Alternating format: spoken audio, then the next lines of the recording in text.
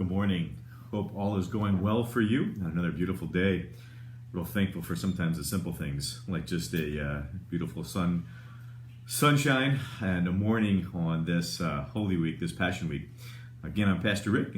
Just doing a devotion, just kind of some thoughts off the top of my head when it comes to this important week. And what I want to share with you is we talked a little bit about the Last Supper and the Passover meal and Jesus sharing out with his disciples. In the midst of all that, something very odd happens, and Jesus actually kind of drops a bombshell. And the bombshell is that one of them, his disciples, will betray him.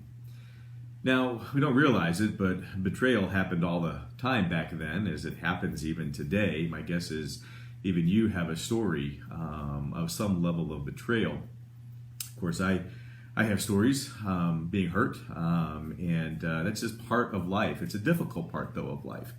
Back then, in the context, is when these would-be messiahs would happen. Oftentimes, they would be sold out for money, for greed, things like that. And I wonder, I don't think Judas, who was the one that betrayed Jesus, was the first to be approached for the betrayal. Anyhow, Judas, we see in the story, gets up and leaves the table, and some think that maybe he just kind of goes out conspicuously and maybe goes to get some more supplies. He is the treasurer also of the entire group. What does that mean, Rick? Well, it means that he's the one that was responsible for all the money and the supplies. He had an honored seat around that table with the disciples.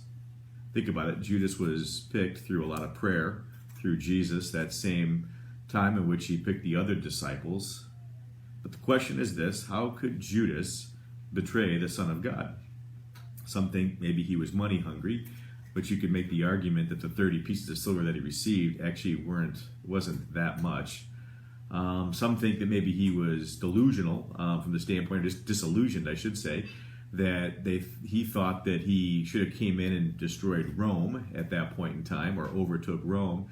Maybe he got the sense that wasn't going to happen. And to be really honest, we just don't know. We don't know what was going on. All we know is the scripture says, and Satan entered him. But here's the reality. It wasn't just Judas that betrayed Jesus. When you think about it, to some degree, all the disciples betrayed Jesus. They all ran away when things got rough. Maybe his most loved disciple, the one that was kind of leader of the disciples, Peter, denies him 3 times. They all kind of shrunk away into the darkness. And yet, here's what I want to communicate this morning. Jesus kept on loving them.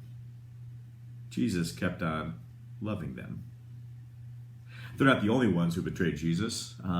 If we're really honest, if we really take a look inside, we've all betrayed Jesus. We've all turned our back on Jesus. We've all done things, said things, thought things that we know wasn't part of what or how life was meant to really be lived under the leadership of God in our lives, Christ in our lives. And yet he keeps loving us as well. And that's really the theme of the entire Bible. For God so loved that he gave his one only Son, that whoever believes in him shall not perish, but have everlasting life. The phrase I think of is he kept on saying, Father, forgive them, for they don't know what they're doing. And that's maybe the most powerful message in this story, is Jesus' unquenchable love for those, and maybe even especially for those who betray him. We know the end of Judas' story.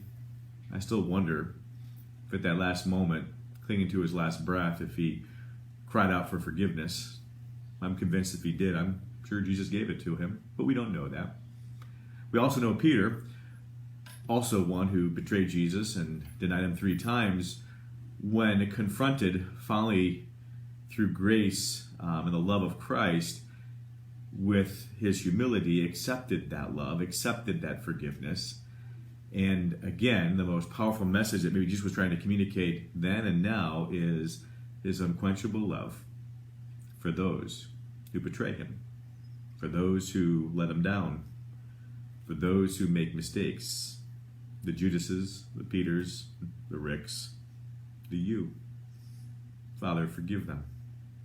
Father, forgive them. He already has when you think about your life and where you're at right now. And I hope you do that a little bit today. Spend some time reflecting on maybe a little bit of this thought, if it helps you.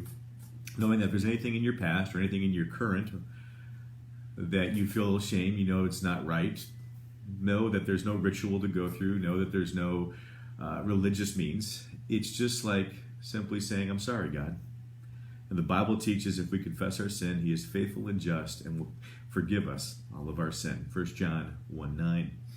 And I encourage you to do that today, knowing that you are fully loved by the creator of this universe, who sent his son to die for the Judases, the Peters, the yous, and the me's. Father, forgive us. And thank you that you do. I hope you have a great day. I hope you find the peace that can only come through the grace and the forgiveness and knowing the love of Jesus Christ. Blessings.